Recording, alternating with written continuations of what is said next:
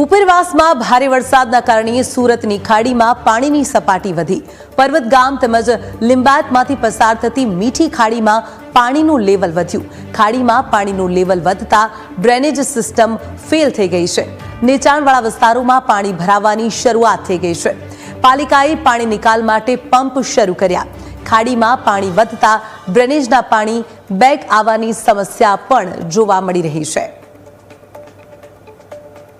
સુરત શહેરમાં જે પ્રકારે ધોધમાર વરસાદ પડી રહ્યો છે તેને લઈને કહી શકાય કે ખાડીમાં જળસ્તરમાં પણ વધારો થયો છે.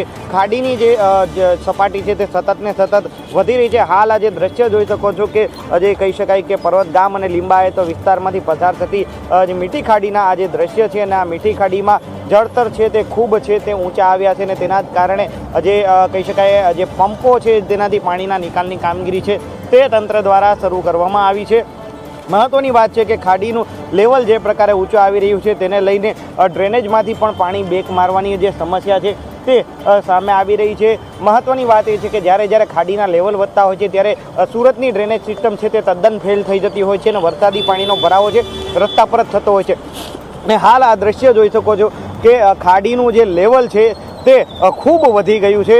સામાન્ય રીતે હાલ કહી શકાય કે 5 થી 7 ફૂટ જેટલું લેવલ છે તે કહી શકાય કે ઉપર આવ્યું છે અને તેને લઈને હાલાકીનો સામનો છે તે લોકો કરી રહ્યા છે. કારણ કે ખાડીનું લેવલ વધતા ડ્રેનેજ સિસ્ટમ જે ફેલ થઈ જતી હોય છે અને તેના કારણે આ પ્રકારના પંપો લગાવી પાણીનો નિકાલ છે તે તંત્રને કરવો પડતો હોય છે. મહત્વની વાત એ છે કે સુરત સહિત દક્ષિણ ગુજરાતમાં જે પ્રકારે ભારે વરસાદ છે તેને જ લઈને આ પ્રકારના જે દ્રશ્ય છે તે સામે આવી રહ્યા છે અને આ પ્રકારની પરિસ્થિતિ જો યથાવત રહેશે તો શહેરના અલગ અલગ જે નીચાણવાળા વિસ્તારો છે ત્યાં પાણી ભરાવાની શરૂઆત છે તે થશે. કારણ કે હાલ જે પ્રકારે ખાડીના લેવલ ઊંચા છે અને રસ્તાઓનું પાણી છે બધું ખાડીઓમાં જે જતું હોય છે ને તેના જ કારણે હાલ ડ્રેનેજ સિસ્ટમ છે તે તદ્દન ફેલ થઈ ગઈ છે અને પાણી છે તે બેક આવી રહ્યા છે. એટલે તેના જ કારણે જો આ પરિસ્થિતિ વધારે સમય રહે તો સુરતના અલગ અલગ વિસ્તારોમાં પાણી ભરાવાની શરૂઆત પણ થઈ શકે તેવી સંભાવનાઓ દેખાઈ રહી છે. કેમેરા પર્સન કે છે વઘાસિયા મિત્રો પાપરા ન્યૂઝ કેપિટલ સુરત.